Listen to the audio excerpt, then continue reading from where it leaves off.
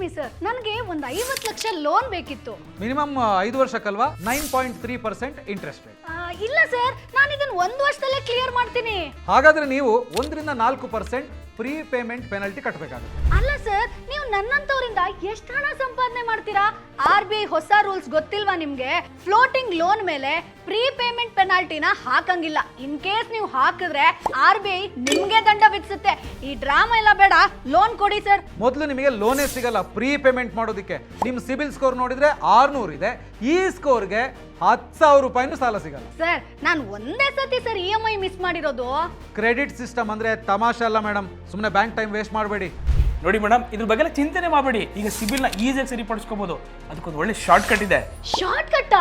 ಯಾವ ಶಾರ್ಟ್ ಕಟ್ಟು? ನೋಡಿ, FD ಬೇಸ್ಡ್ ಕ್ರೆಡಿಟ್ ಕಾರ್ಡ್ ಸಿಗುತ್ತೆ. ನೀವು ಅದನ್ನ ಆರಾಮಾಗಿ ತಗೊಳ್ಳಿ. ಜಸ್ಟ್ 2,000 ರೂಪಾಯಿ ಫಿಕ್ಸ್ಡ್ ಡೆಪಾಸಿಟ್ ಮಾಡಿದ್ರೆ ಸಾಕು, ಅವತ್ತೇ ನಿಮಗೆ ಕಾರ್ಡ್ ಸಿಗುತ್ತೆ. ಅದನ್ನ ಸರಿಯಾಗಿ 3 ಮಂತ್ಸ್ ಯೂಸ್ ಮಾಡಿದ್ರೆ ನಿಮ್ಮ ಸಿಬಿಲ್ ಸರಿ ಹೋಗುತ್ತೆ. ಆಮೇಲೆ ನೀವು ಯಾವ ಲೋನ್ ಬೇಕಾದ್ರೆ ಅಪ್ಲೈ ಮಾಡಿದ್ರು ಕೂಡ ಅಪ್ರೂವ್ ಆಗುತ್ತೆ. ಆದ್ರೆ ಯಾವ FD ಕಾರ್ಡು? ಕ್ರೆಡಿಟ್ ಬೈಲಿ ಒಂದು ಒಳ್ಳೆ ಕಾರ್ಡ್ ಇದೆ, ಲಿಂಕು ಡಿಸ್ಕ್ರಿಪ್ಷನ್ ಇದೆ. ಈಗಲೇ ಹೋಗಿ ಅಪ್ಲೈ ಮಾಡಿ, ಇಮಿಡಿಯೇಟ್ ಆಗಿ ನಿಮಗೆ ಅಪ್ರೂವಲ್ ಕೂಡ ಸಿಗುತ್ತೆ. ಫ್ಯೂಚರ್ ನೀವು ಯಾವುದೇ ಲೋನ್ ಅಪ್ಲೈ ಮಾಡಿದ್ರು ಕೂಡ ಅಪ್ರೂವ್ ಆಗುತ್ತೆ. ಸರಿ ಸರ್, ಹಾಗಾದ್ರೆ ಈಗಲೇ ಅಪ್ಲೈ ಮಾಡ್ತೀನಿ. ಹೌದು, ಇದೆಲ್ಲ ನಿಮ್ಗೆ ಹೆಂಗ್ ಗೊತ್ತಾಯ್ತು? ಬಾಸ್ ವಾಲಾ, ನೀವು ಈ ಚಾನಲ್ನ ಸಬ್ಸ್ಕ್ರೈಬ್ ಮಾಡಿದ್ರೆ ಈ ಕೂಡಲೇ ಸಬ್ಸ್ಕ್ರೈಬ್ ಮಾಡಿ. ಈ ವಿಡಿಯೋ ಇಷ್ಟವಾಗಿದ್ರೆ ಲೈಕ್ ಮಾಡೋದನ್ನ ಮರಿಬೇಡಿ. Boss Vala, B the boss.